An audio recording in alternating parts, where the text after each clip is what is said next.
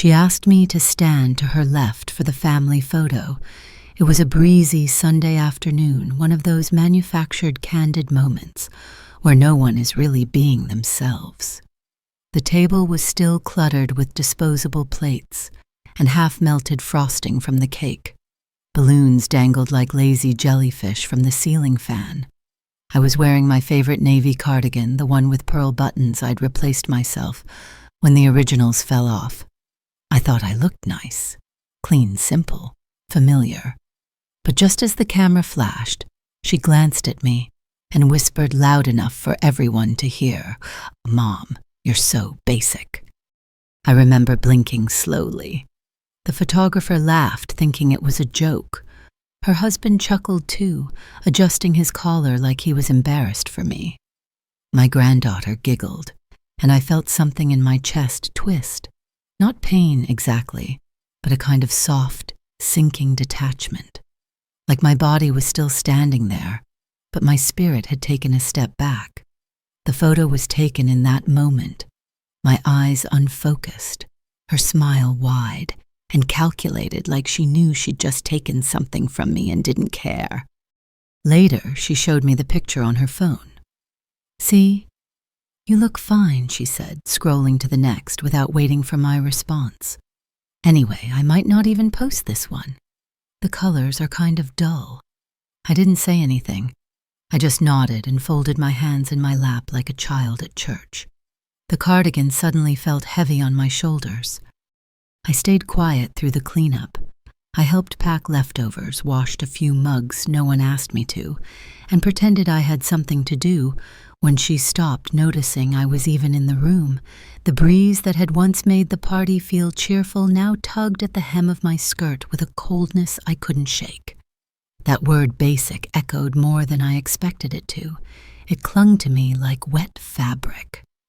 That night I lay in bed staring at the ceiling, wondering what else about me had become invisible or laughable. Was it my voice?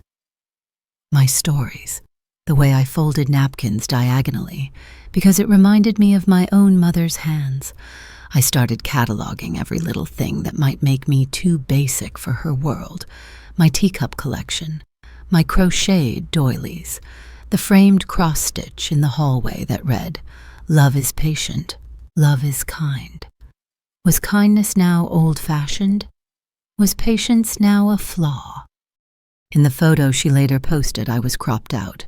Just her, the kids, and her husband smiling in front of the half-deflated balloons.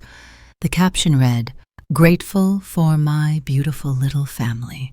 Hat blessed." I stared at the post longer than I should have, the glow of the phone screen, casting shadows on my face. I didn't even feel sad at that point, just quiet.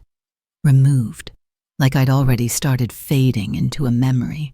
Even though I was still here, still breathing, still holding the cardigan, she said, was nothing special. But I remembered something my own mother once told me after a particularly cruel family argument when I was young and too soft for the world. She said, "When people decide you're small, don't shrink. Stay still.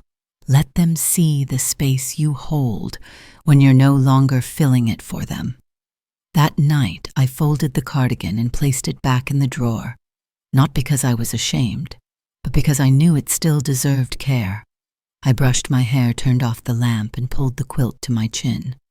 My heart was quiet, but it wasn't broken. Not yet, not completely. But something had shifted. A line had been drawn, and I could feel the dust rising from where she dragged her foot across the boundary between love and performance. The next morning, I made coffee like I always did, slow, careful, a ritual I've held on to, even as everything else seemed to change around me. The smell of it filled the kitchen, warm and grounding. I sat in my usual chair by the window, sunlight, cutting through the curtain lace in patterns that danced across the floor, like old memories. I sipped in silence, trying not to think too much, but her voice kept creeping in. "You're so basic," like I was a style to be avoided, a dull accessory to her curated life. She didn't call. She didn't need to. The party was over. I was no longer required, and though I was used to the quiet that follows a family gathering, this silence felt different. It wasn't peaceful. It was sterile, like I had been erased, not forgotten. I spent the morning tidying the kitchen, wiping things that were already clean, rearranging tea tins for the sake of movement. That's what you do when your heart is restless. You move your hands. My mother taught me that too. But my hands, arthritic and slow, couldn't keep pace with my thoughts. I kept asking myself what I had done to deserve that moment. Had I interfered? Been too opinionated? Or perhaps I was simply there too much.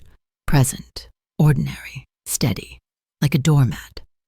Later that week, I saw her again. She stopped by quickly, something about needing the spare key to the storage unit. She barely stepped inside.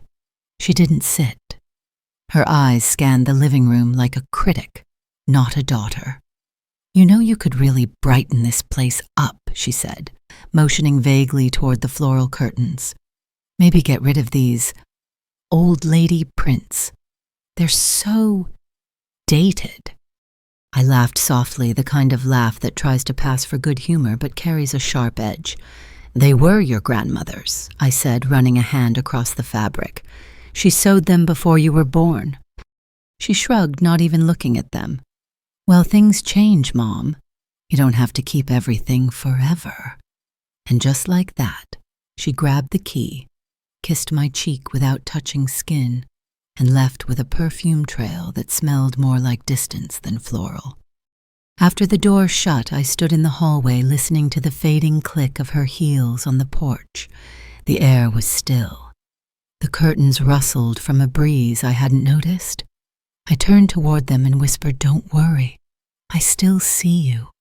It sounded ridiculous talking to fabric, but in that moment, it felt like I was honoring someone. Every thread held memory, and memory in this house was sacred. I made myself tea that evening, chamomile with honey. I sat by the window again, watching a pair of sparrows build a nest in the hydrangea bush. There was something oddly comforting about it, how they didn't need to prove anything to each other. Just small creatures doing the work of belonging. I thought about how I used to braid her hair before school, singing softly so she'd stop fidgeting. How I stayed up sewing costumes for her school plays, even when my fingers were raw. I remembered her cries after her first heartbreak, the nights I sat by her bed, until the hiccups in her sobs slowed into sleep. None of that felt basic. That felt like devotion. But maybe devotion didn't photograph well. The ache wasn't from what she said. It was from how quickly she believed it, how easily she absorbed the world's shallowness, and turned it against me as if being too simple was worse than being unkind. I suppose in her world now, curated and filtered simplicity had become a flaw. Comfort had become clutter, and mothers' were props in the background of a digital life. That night I wrote in my journal for the first time in weeks. The pen felt heavy in my hand, but the words came slow and steady. Today I learned that invisibility doesn't come all at once. It starts with a glance, then a word, then a room you're no longer welcome to redesign. But I am still here. I still breathe with purpose, and one day I will remind myself of my weight in this world. I folded the page carefully and placed it inside a book she had once gifted me. Ironically, it was a book about ageless grace and finding yourself in the second half of life. I smiled at the hypocrisy. Even then, she'd wanted me to be a version of womanhood that fit her shelf. But I was no paperback. I was a leather-bound, dog-eared, handwritten volume, and if she couldn't read me, it wasn't because I lacked value. It was because she never took the time to understand the language I'd been speaking all her life. It was just a cardigan. That's what I kept telling myself as I opened the closet and stared at the row of clothes hanging like tired soldiers waiting to be dismissed. Wool, cotton, denim, lace. Each piece held a memory, a birthday, a funeral, a holiday dinner, a hospital visit. Not a single item was chosen for style. They were chosen for life. for function, for comfort. But now all I could hear was her voice, cutting through it all. "You're so basic." I ran my fingers over a floral blouse I hadn't worn in years. She used to call it my teacher shirt when she was little, because she said it made me look like the kind lady who read books to the class. Back then she loved it. She loved me. I was someone to run to, not recoil from. But now, even my shoes embarrassed her. She once laughed at the orthopedic pair I wore and asked, "Can't you at least get something with a little vibe?" I tried. Lord, I tried. I went to the department store and asked the young woman at the counter what women my age were wearing these days. She offered a blazer with shoulder pads and something she called elevated basics. I tried them on, looked in the mirror. I didn't recognize myself. I looked like a stranger in her mother's body. Still, I bought the outfit, wore it to brunch the next week, where she had arranged a table on a rooftop cafe, all minimalism and ceramic plates, like flattened stones. She didn't even notice. Or maybe she did, and just didn't care. That's when it struck me. It was never about the clothes. It was about the story she wanted to tell, and I didn't fit it anymore. Not my soft arms, not my gentle voice, not my quietly aging hands. When we got back to her place, she gave me a quick tour of her renovation progress. Everything was stark white. Walls, black fixtures, a single houseplant, like a prop. My presence made the space feel crowded. She opened the guest room door and gestured like a realtor. "It's for when people stay over, though you probably won't need it much." I stood in the doorway looking at the soulless bedding and decorative books stacked for aesthetic. "What happened to the quilts I made you?" I asked. She smiled without teeth and said, "Oh, I put those in storage. They don't really go with the new theme." Theme. As if love had a palette. As if history could clash with her curated identity. Back home, I opened my closet again, pulled out every item I had ever been made to feel ashamed of. The cardigan, the floral blouse, the shoes she called grandma clogs. I laid them on the bed one by one, smoothing each wrinkle with deliberate care. They were not ugly. They were not embarrassing. They were me. And I was not a mistake to be redesigned. That night I took out the cardigan she mocked. I wore it while making soup, letting its sleeves carry the scent of thyme and roasted garlic. I played my favorite old cassette on the dusty stereo soft jazz from another decade and danced a little in the kitchen, just enough to remember I had a body that once felt light. I thought about all the times I swallowed my hurt to keep the peace. All the times I changed myself in small ways, my hair, my tone, my tastes, just to stay close to a daughter who no longer wanted proximity, only performance. And I realized something else too. In her pursuit of refinement, she had scrubbed away everything that made her life feel real. And maybe, just maybe, she resented me for still having it. Still having roots, still having stories, still having softness. The next day I put on that same cardigan and went to the corner bakery. The girl behind the counter smiled when she saw me and said, "I love your buttons. They remind me of my Nana's sweater." I smiled back and said, "My daughter says it's too basic." She laughed, shaking her head. "Then basic must mean warm, safe, and lovely." I carried that compliment home like a seed in my pocket. Something had shifted again, but this time it wasn't sadness. It was clarity. A small rebellion had taken root in my chest, soft and slow, like ivy climbing an old wall. I would no longer edit myself to fit her frame. Let her call it basic. I called it mine. It used to be that when she walked through my front door, she'd sigh with relief and say, "It smells like home in here." Back when she was younger, newly married, overwhelmed with toddlers and chaos, my home was her haven.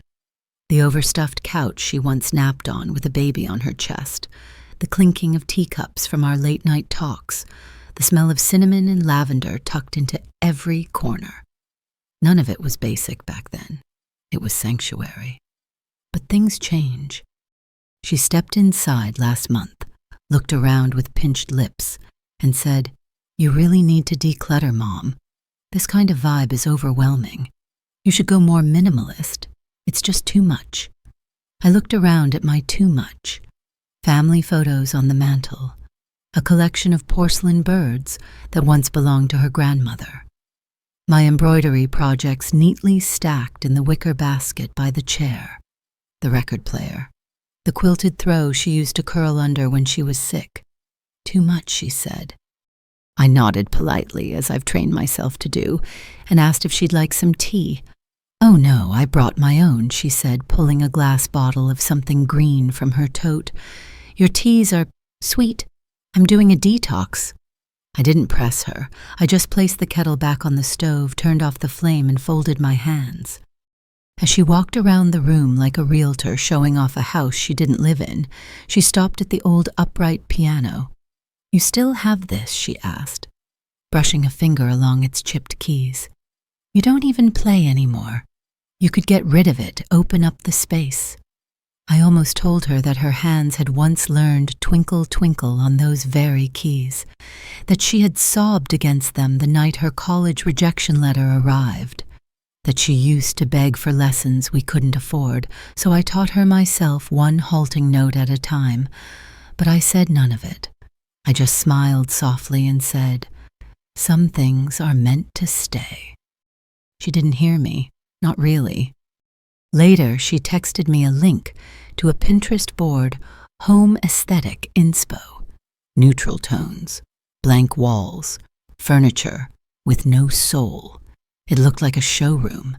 I stared at the images for a while, then closed the screen. She didn't want to see my life anymore. She wanted to replace it. I was still standing in the middle of my own living room when it hit me. She was trying to renovate not just her space, but my presence in it. She had grown allergic to sentiment, to softness, to anything that didn't match her filtered world. I had become the wrong shade in her life's palette. She didn't want warm. She wanted white. That weekend, she came by again, this time with her husband in tow. They walked through the hallway discussing what could be changed. I heard words like gut. This open concept replaced the flooring. I watched as they discussed my home like a project, as if I were already gone. And then she said it offhand casual, like she was ordering coffee. "If we ever inherit this place, we'll have to do a full remodel. The bones are good, but it's just not our style." I was standing in the doorway of the kitchen when she said it. I remember the way the tile felt cool beneath my feet, how the clock above the fridge ticked once, like a judge's gavel. I didn't flinch. I didn't speak. But my breath caught, and that was enough. She saw me. "Oh, I didn't mean it like that. I'm just saying, you deserve something fresher, too." I nodded again because that's what I'd always done. But something else moved beneath the nod, an undercurrent I hadn't felt in years. It wasn't anger. It was awakening. Later that evening, after they left, I pulled out the little wooden box from the bottom drawer of my writing desk. Inside it, wrapped in yellowing tissue, was the deed to the house. My name. My history. My proof that this space, these walls, this chipped piano, these worn floors belonged to someone who had loved, lost, worked, and grown old with grace. This wasn't a canvas for her dreams. This was the final gallery of mine. I closed the box and set it gently on the table. I lit a candle. I made the sweet tea she refused. I turned on the record player and let Nina Simone remind me of what dignity sounded like. And I made a quiet promise to myself. I would not be remodeled.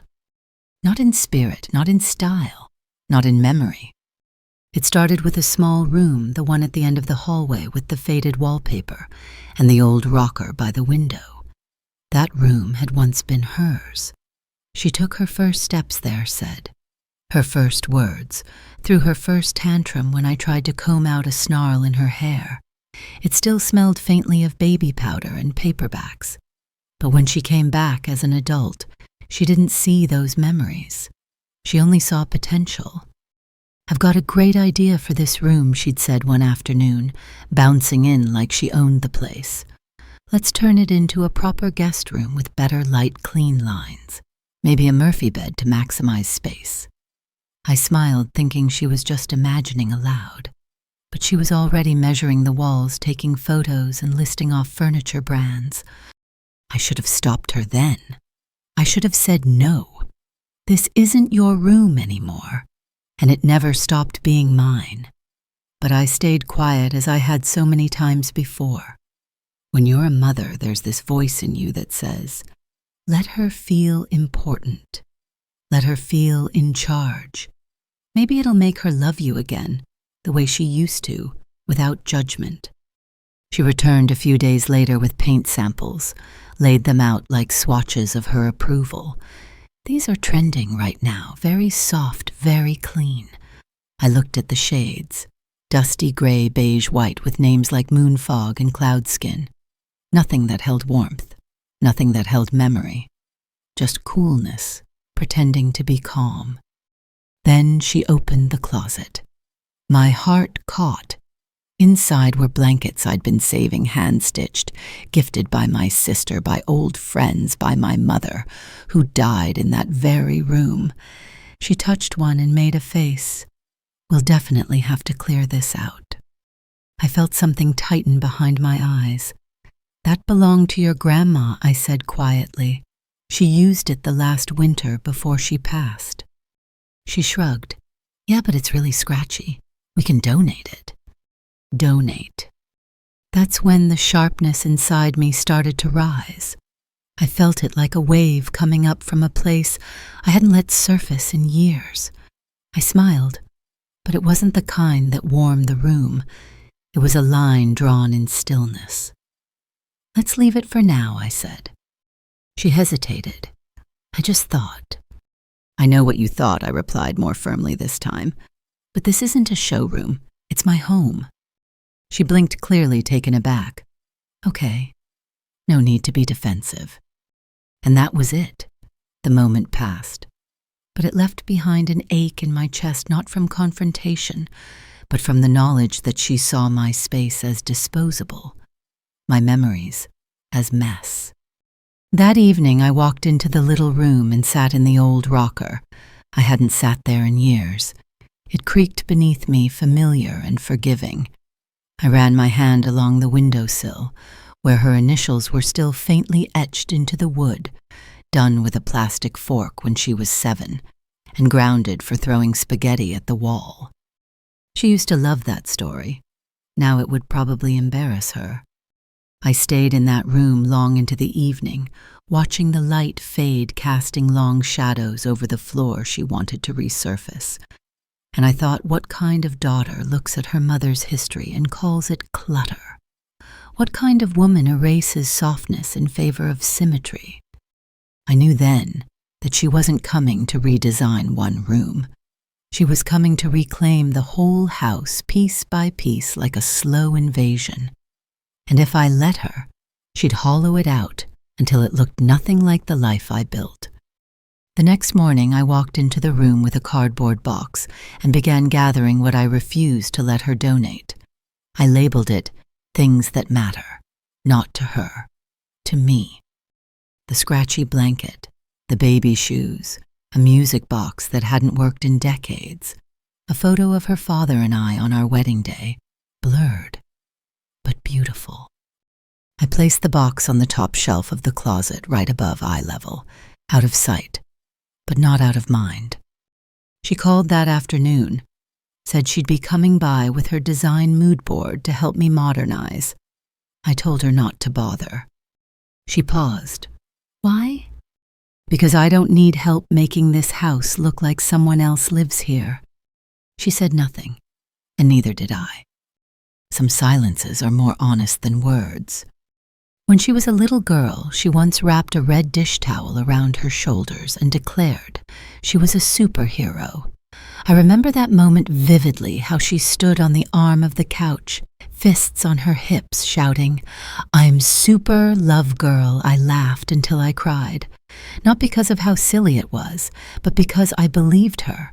I believed in the strength of her tiny voice, the purity of her love, the boundless courage only a child knows. That child no longer visits. Instead, a woman with a curated exterior arrives in her place, always scrolling, always commenting, always calculating what fits and what doesn't. I had always thought love would protect us, but I've come to understand that love, when unreciprocated, turns brittle like old paint, still clinging, but flaking at the edges. She called me late one evening, her voice tired and distracted. "I'm putting together an aesthetic board for our future home. Can you send pictures of anything in yours that might match our vibe, like heirlooms or antique stuff, but not too kitschy?" I was quiet for a moment, holding the phone in one hand and the photograph of her as a baby in the other. Her face pure, round, full of the kind of softness that life hadn't yet hardened. I traced her little cheek with my thumb. "Aesthetic board," I asked. "You mean like what belongs and what doesn't?" "Exactly," she said, as if I had finally spoken her language. "It's all about the look we're curating. Nothing too busy or basic, clean, elegant, timeless." She sounded so certain, so polished, like a museum curator describing which artifacts were worthy of preservation. I didn't tell her what I was thinking, that I too had curated a life, that every creak in the floorboards told a story, that my home was not an exhibit. It was a living, breathing body, a heart that had grown tired but not cold. After we hung up, I walked through my house room by room, not to judge it, but to remember it. The framed embroidery in the hallway stitched by my grandmother, the tiny cracks in the kitchen tiles from where I dropped a jar of pickles during a thunderstorm in 1997, the bookshelf that held novels with bent spines and margin notes from decades past. I touched everything, not as a stylist, but as a witness, and with each step I felt a gentle steadiness returning. I was reclaiming myself from the shadows of her contempt. 1 week later, I received an envelope in the mail. Inside was an invitation. Her friend's wedding, a high-end affair, by the beach. The note attached read, "I'd love for you to come, but please wear something neutral. Nothing too floral or patterned." "Okay." My stomach twisted. Even in celebration, I was being edited. Even my presence was conditional. That evening, I brewed chamomile tea and pulled out a faded scrapbook. The cover was frayed and the binding loose, but every page pulsed with life. Her kindergarten drawings, birthday cards with backward letters, a note she once wrote that said, "Mommy, you smell like sunshine." I placed the wedding invitation on top of the scrapbook and stared at both. One was sterile and cold, the other messy and radiant. I didn't call her. I didn't RSVP. I just sat at the table and whispered to the air, "I will not go where I'm not allowed to shine." That night I wrote another journal entry. This one came slow like molasses, thick with emotion I hadn't let myself name. Today I learned that love without respect is theater, and I am no longer willing to play the extra. I do not need a costume to earn my place. I am the whole story. The pen trembled in my hand as I wrote, not from weakness but from release. I had spent too many years being small so she could feel grand, but my roots go deeper than her judgment, my soul older than her trends. I used to think motherhood meant shrinking to fit your children's needs, but I was wrong. It means standing tall so they have something solid to lean on when the world goes cold. And if they choose not to lean, you still stand. You still stand. I accepted her brunch invitation because somewhere in me I still hoped for a softness to return. Maybe she would look me in the eyes, really look, and remember who I was to her. Maybe she would remember how many nights I stayed up soothing her fevers, how many times I held her when she was too overwhelmed to speak. But when I arrived, I knew instantly I didn't belong in that world. The hostess didn't even ask my name. She looked past me, then down at my shoes, then pointed toward the farthest table, with a smile that didn't reach her eyes. The place was all white marble eucalyptus in vases and tiny, overpriced plates with unreadable names, the kind of place where no one laughed too loudly and no child was allowed to cry.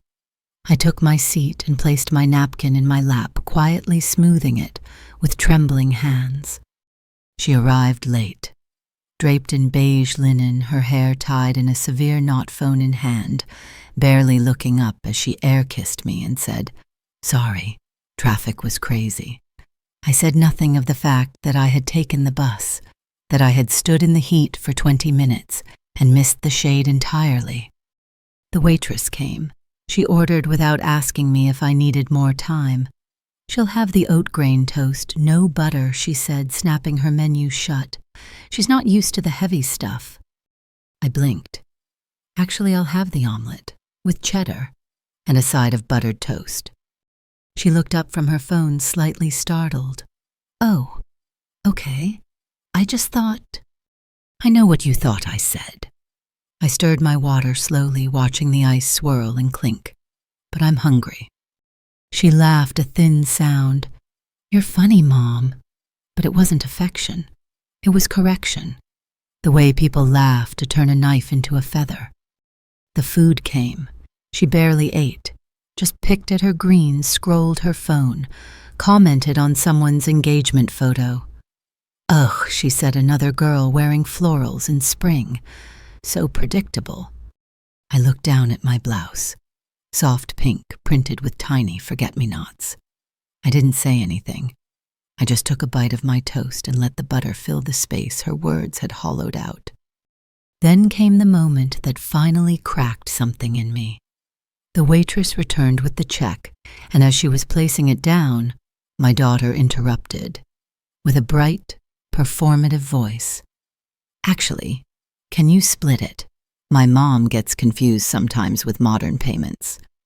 My mouth stayed closed, but something behind my eyes turned very, very still. I paid in cash, exact change. I left a generous tip.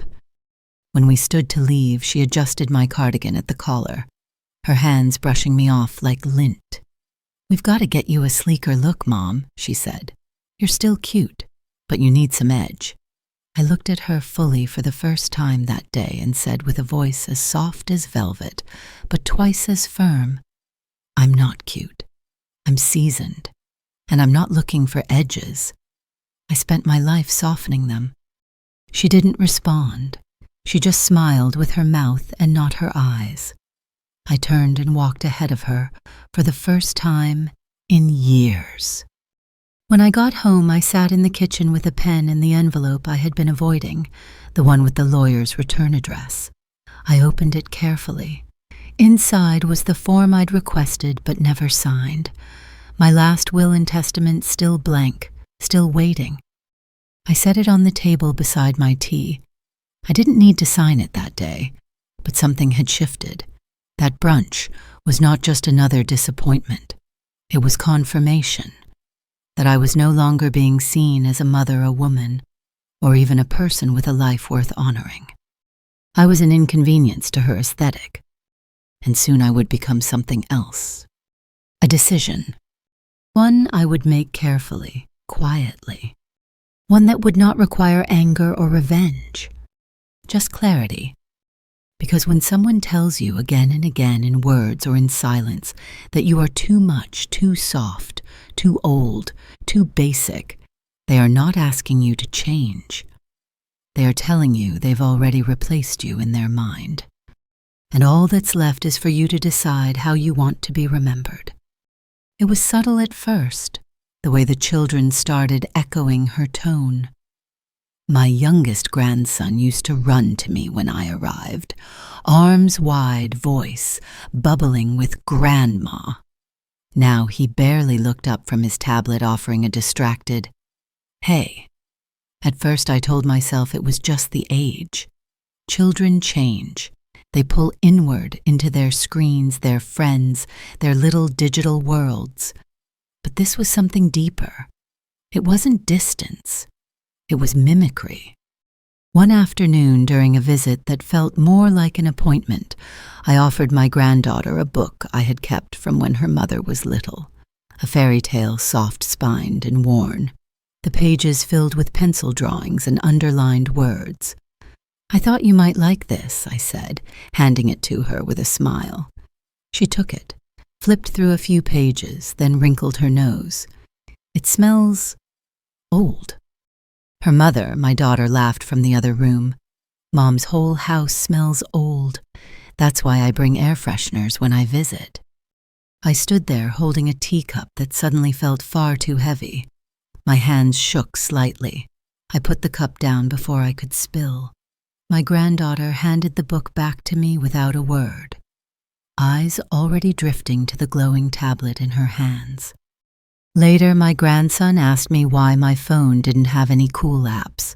I told him I mostly used it for calls, maybe a few photos. He looked at me the way someone might look at a broken vending machine, mildly disappointed, slightly confused. "That's boring," he said. "You should upgrade. Grandma 2.0. His mother laughed again. I didn't. I tried to keep smiling, but something cracked in me that day. It wasn't the children's fault. They were only reflecting what they heard, what they saw, what had been normalized around them. I had become an accessory in their lives, something quaint, something irrelevant. That night I went home and sat on the edge of my bed. I stared at the wall in silence for a long time. I thought of all the stories I had carried, the histories they would never ask me to tell. I thought of how I'd been there for every scraped knee, every first recital, every lost tooth, how I had been a constant in the lives of people who now looked through me. I opened my journal again. Today, I learned what it feels like to be muted in your own story, not by cruelty, but by indifference, not by strangers, but by the ones you raised. I remembered once long ago my daughter had gotten a splinter in her palm from a wooden swing. She came to me sobbing, inconsolable. I soaked her hand in warm water and whispered lullabies as I carefully worked it out with tweezers. When it was gone, she looked up at me with wide, grateful eyes and said, "You always fix things, Mommy." Now she hands me gifts that match the vibe, sends me links to things I neither need nor want, and tells me to simplify my presence, as though I've become clutter, something to be managed. I looked at my hands, older now, lined and freckled. These hands once fixed splinters, cooked meals, held babies, turned pages, mended hems, wiped tears. Now these same hands were seen as idle, decorative, or worse, outdated. That week I stopped responding to her every text. I took longer to reply. I declined her offer to update my home office. I stopped smiling politely when she criticized my way of doing things. And I began drafting something else. Not the will, not yet, but a list, a simple one. Who truly sees me, who listens without correcting, who stays without adjusting me to their aesthetic, who loves the woman. I am not the image I used to be. And you'd be surprised how short that list was. But it was real. And in that realness I found something I hadn't felt in years. Not anger, not sadness, sovereignty. It took me 3 days to finish sewing the quilt. Each piece of fabric had been chosen with care, cut from dresses, too worn to wear aprons, stained with history, pillowcases with embroidered edges that had survived too many washes. It wasn't beautiful in the way magazines might suggest, but it was honest, warm, heavy with memory. I tied each knot with a kind of quiet reverence, whispering little stories to the fabric as I worked. Here's where you spilled jam on your birthday. Here's the hem I stitched while waiting for your fever to break. Here's the edge your daughter tugged when she first learned to stand. When I finished, I folded the quilt gently and wrapped it in brown paper, tied with string, like we used to do, before everything came in plastic. I slipped a note beneath the string handwritten in blue ink. This is made of the pieces you come from. I hope it reminds you. I hope it warms you. I placed it on her porch early one morning. I didn't knock. I didn't text. I didn't want an audience. I just wanted to give, quietly, as mothers do. 2 days passed. Then 3. On the 4th day, I received a message. Hey, Mom, thanks for the quilt. I appreciate the effort, but honestly, it doesn't really match our aesthetic. I'll hold on to it, though, maybe donate it later if that's okay. No hard feelings. There were no words for what that did to me. My hands still sore from threading needles curled into my lap like they had failed some test I hadn't studied for. But I didn't cry.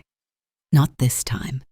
I just sat in my chair by the window, staring at the hydrangeas blooming outside, each petal soft and unapologetically itself. I thought about all the ways I had made myself smaller over the years, softer, quieter, easier to fit into her world.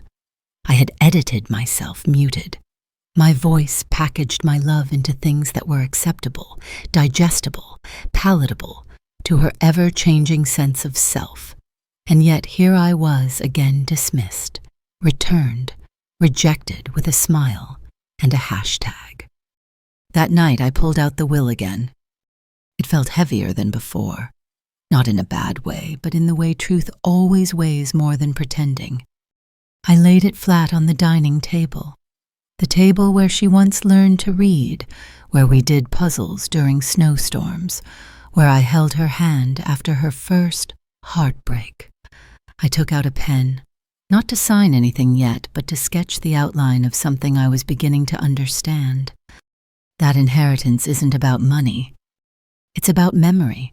It's about what gets carried forward. And I would no longer allow her to carry forward only the parts of me she found convenient. I walked to the closet and pulled out another quilt. This one was mine. Heavy, hand-tied, warm as a breath. I wrapped it around my shoulders and sat in silence, the kind that heals. In that quiet, I remembered my own mother, how she used to hum as she cooked, how her hands always smelled of rosemary and soap. She once told me we give them the best parts of ourselves, and sometimes they treat it like wallpaper.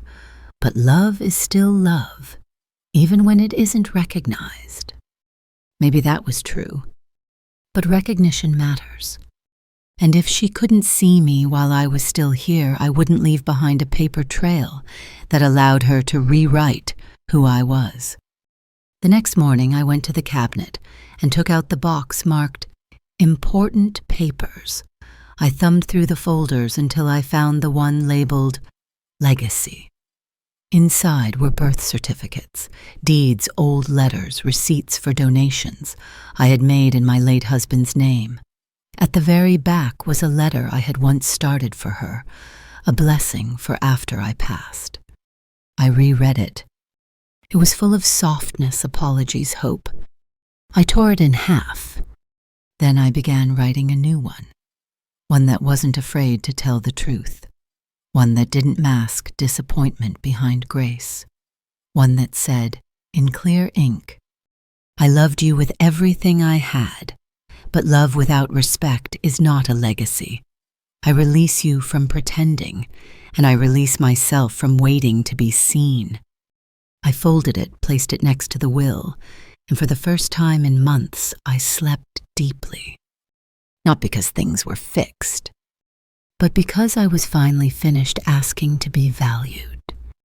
The office smelled of old carpet and fresh toner. The walls were bare save for a single diploma in a black frame and a muted painting of a tree. Its branches tangled, reaching half in bloom and half in decay. I thought it fitting, a tree halfway between what it once was and what it was trying to become. The lawyer was polite, younger than I expected, with clean hands and a voice that didn't rush. "Take your time," he said, sliding the paperwork toward me with a neutral expression. "We can go over any part you'd like." I nodded, running my fingers along the edge of the table. The wood was smooth and unfamiliar. I hadn't signed a document this important since my husband's will years ago, and even then I'd only followed his lead. But now there was no one to follow.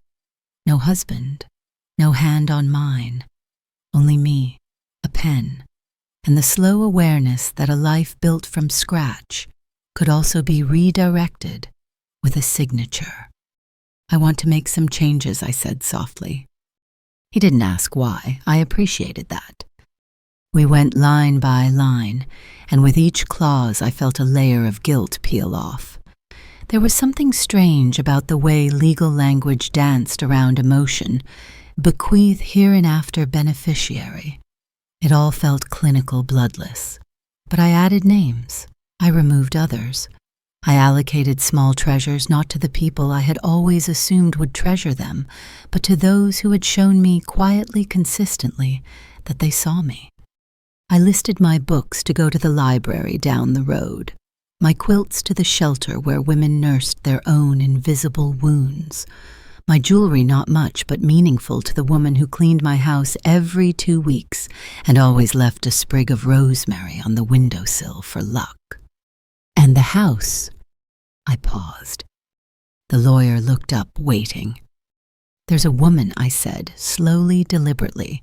"She's not family, but she's been more to me in 6 months than some have been in decades. Her name is Elise. She's a nurse." I told him about the fall I had last winter, how Elise had come in on her day off to check on me, how she stayed, and read aloud to me, brought soup, helped me shower with dignity. She didn't flinch at the sight of my bare, aging skin. She didn't rush. She just stayed.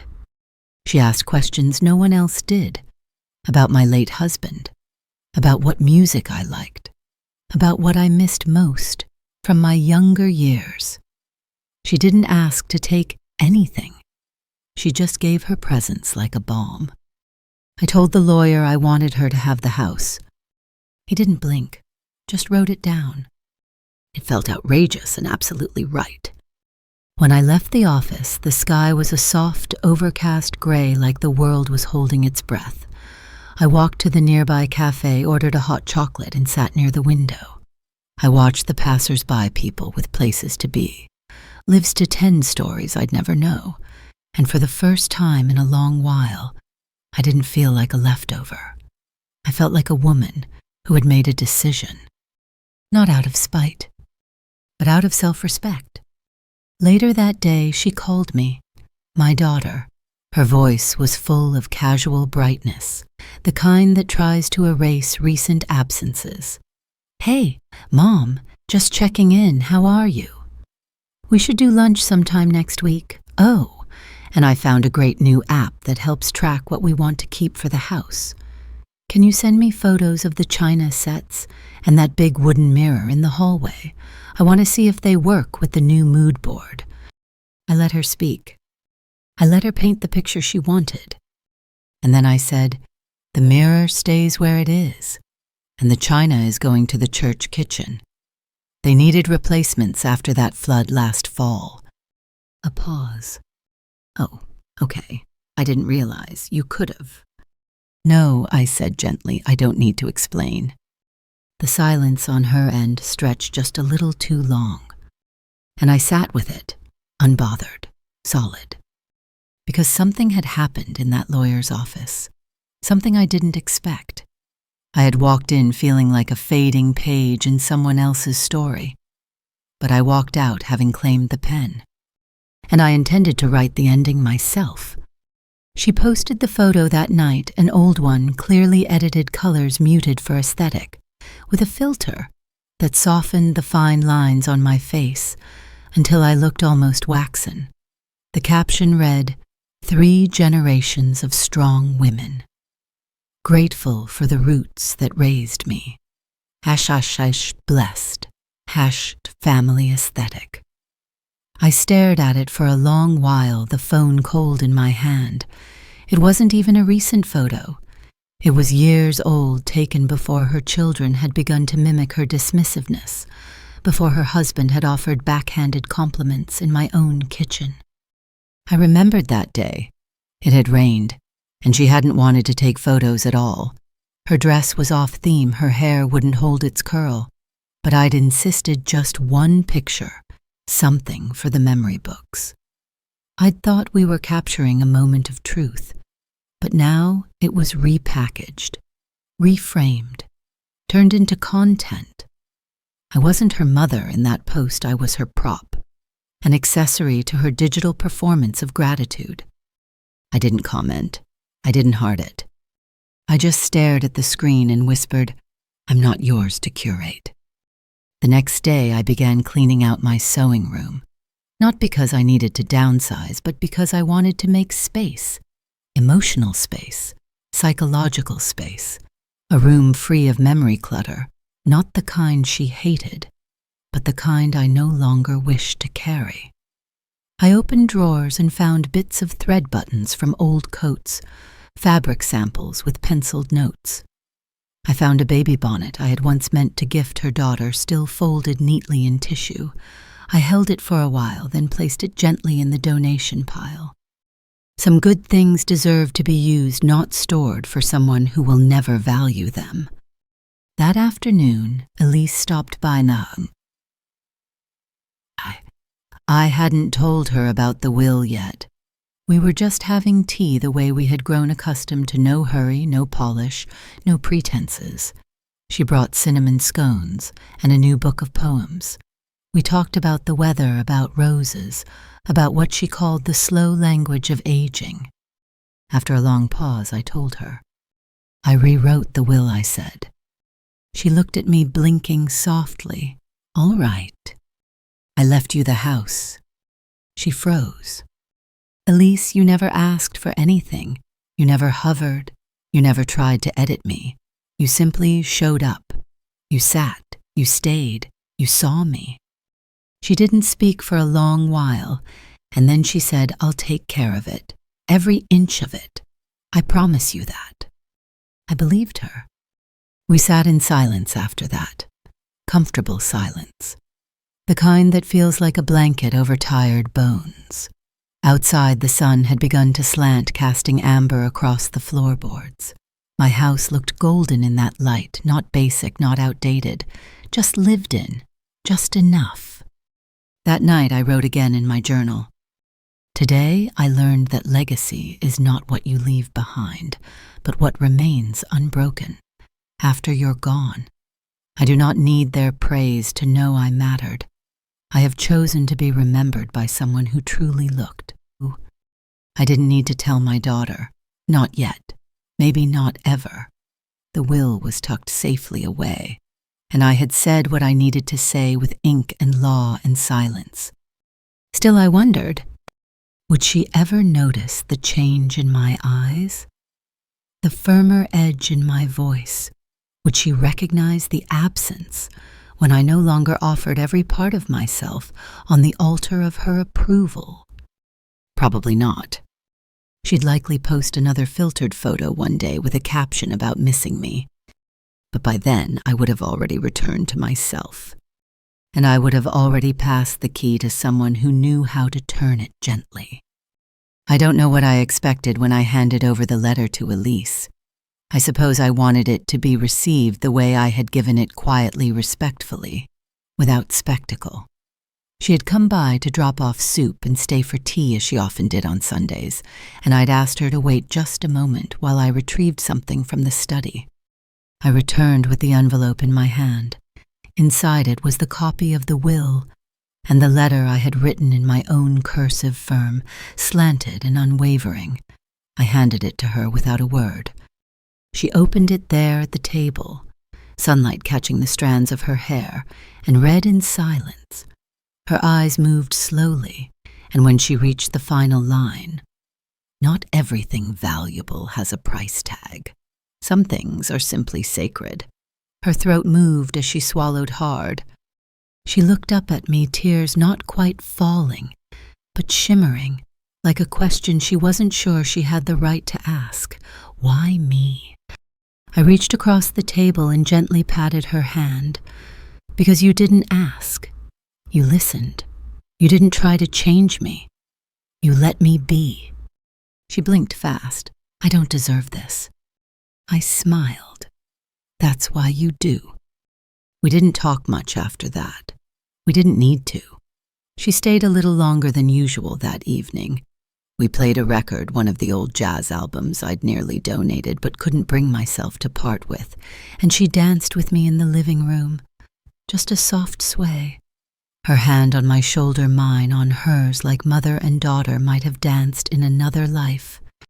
Later, after she left, I sat in the same room, the record still spinning its gentle hum, and realized how little I missed my daughter's voice.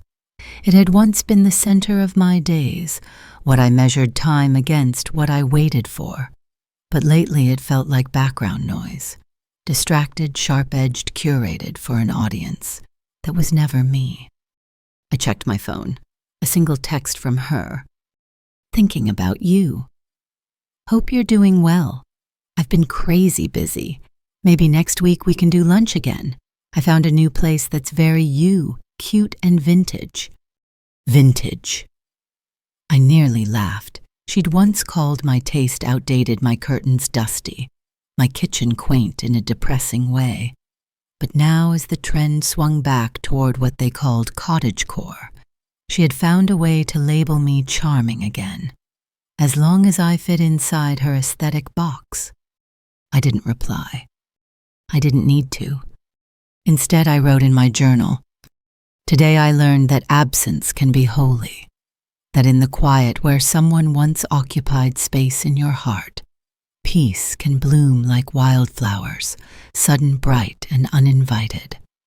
That night I lit a candle in the bathroom as I soaked in a lavender bath.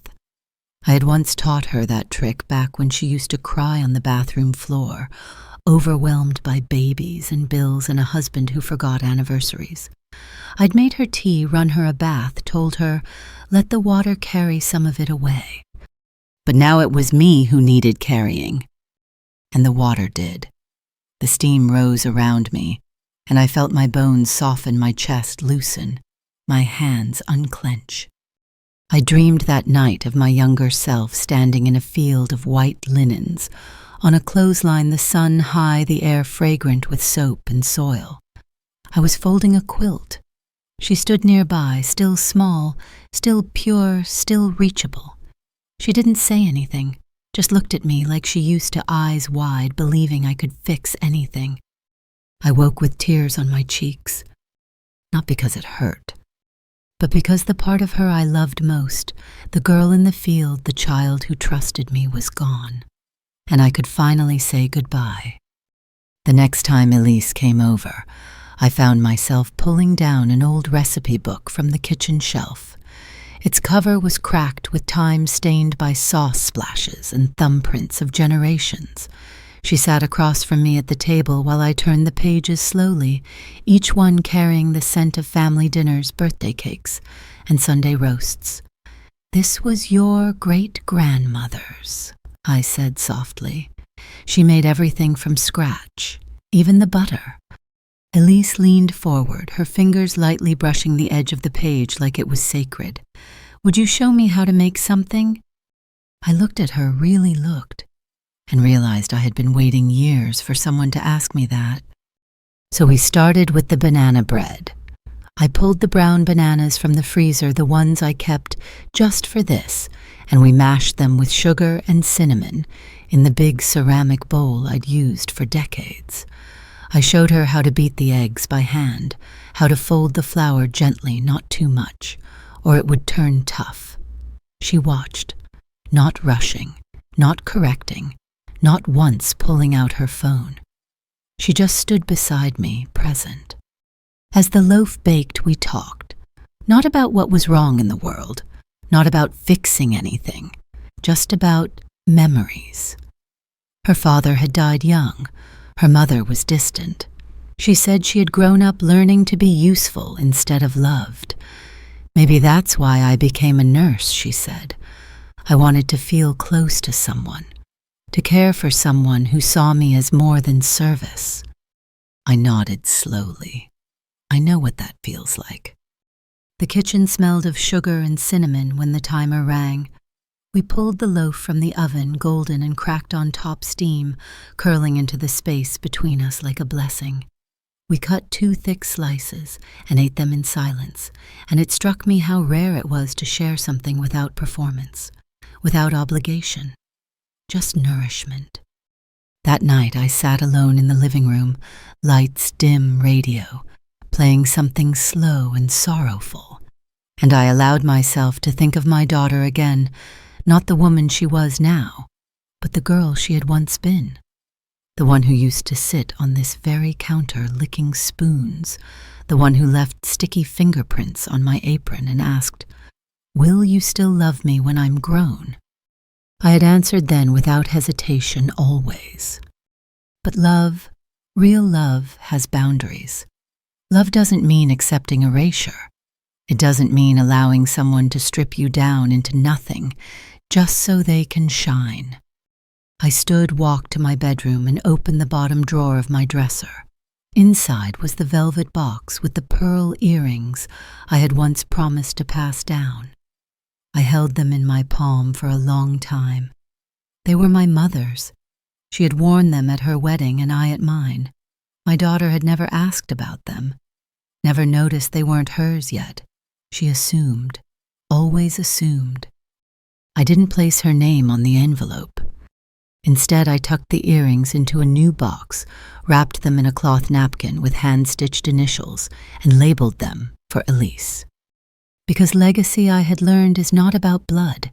It's about attention, about who holds your stories with care, who doesn't just remember, but remembers rightly. That evening, I wrote a letter. Dear Elise, these were my mother's, and then mine. You've given me back pieces of myself I didn't know I'd lost. When you wear them, know that you are not a substitute for anyone. You are the continuation. I sealed the letter and placed it with the others. My legacy was no longer scattered. It had form, shape, intention. The phone rang once that night. I didn't answer. I was no longer someone who came running. I was someone who stayed where I was. Firm, whole, enough. It was raining the day I signed the final papers, the kind of steady silver-gray drizzle that made everything outside seem quieter, softened at the edges. I had always loved the rain, not the stormy kind, but the gentle ones, the ones that made you want to curl up with warm socks and a book with thin turning pages. The notary came to the house that afternoon. Elise sat beside me, not as a witness, just as comfort.